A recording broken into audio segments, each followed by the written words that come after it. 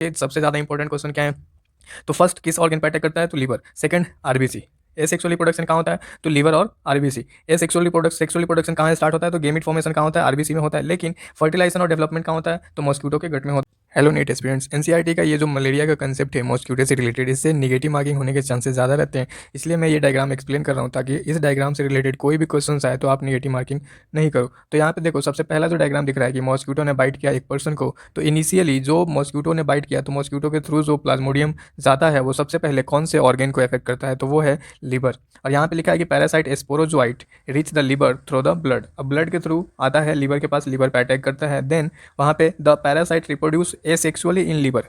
तो ये आपको ध्यान रखना है, एसेक्सुअली इन लीवर, लीवर में एसेक्सुअल रिप्रोडक्शन होता है and busting the cell and releasing into the blood. Then blood में जाते हैं, ब्लड फिर उसके बाद जो पैरासाइट होते हैं, parasite reproduce asexually in red blood cell, मतलब कि पहले लिवर सेल को अटैक करते हैं, देन आरबीसी को अटैक करते हैं। तो आरबीसी में भी एसेक्सुअली रिप्रोड्यूस होते हैं, देन आरबीसी को भी बस्ट करते हैं, मतलब डैमेज करते हैं। और डैमेज करने के बाद फीवर कॉज होता है, मतलब यहाँ पे आपको ध्यान रखना है कि फीवर कॉजिंग जब कब होती है? जब आरबीसी डैमेज होता है और इससे एक हीमोजॉइन रिलीज होता है। आरबीसी डैमेज होने के बाद हीमोजॉइन रिलीज होता है, उससे क्या होता है? फीवर क्रिएट होता है। तो आपको ये ध्यान रखना है, एसेक्सुअली कहाँ होता है? लीवर और आरबीसी में होता है। देन आपको sexual stage gametocyte develop in red blood cell. तो ये आपको ध्यान रखना है कि गेमिटोसाइट सेक्सुअल स्टेज स्टार्ट कहाँ होता है? आरबीसी में, लेकिन गेमिटोसाइट जो होता है वो रेड ब्लड सेल में होता है। सिर्फ ये आपको ध्यान रखना है। अब गेमिटोसाइट जो होते हैं, जो गेमिट्स होते हैं, वो गेमिट्स जाते हैं कहाँ पे? तो female mosquito take up gametocyte with the blood मिल।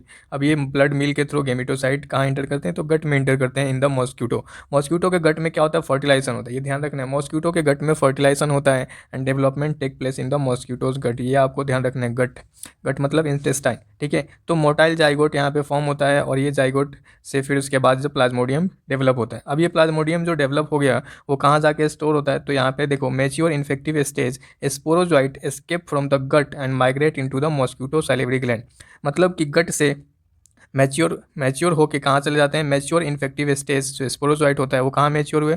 गट में ही मैच्योरेशन हुआ, और मैच्योरेशन के बाद वो चले गए मॉस्क्यूटो के सैलिवरी ग्लैंड में और यहाँ जाके स्टोर होते हैं। और सैलिवरी ग्लैंड, मॉस्क्यूटो के सैलिवरी ग्लैंड में स्टोर हो गए, तो फिर जब मॉस्क्यूटो किसी अदर पर्सन को बाइट करेगा तो किस फॉर्म में स्टोर हुआ है? तो आपको ध्यान रखना है, स्पोरोजोइट के फॉर्म में। इन्फेक्टिव स्टेज ऑफ प्लाज्मोडियम क्या होता है? स्पोरोजोइट।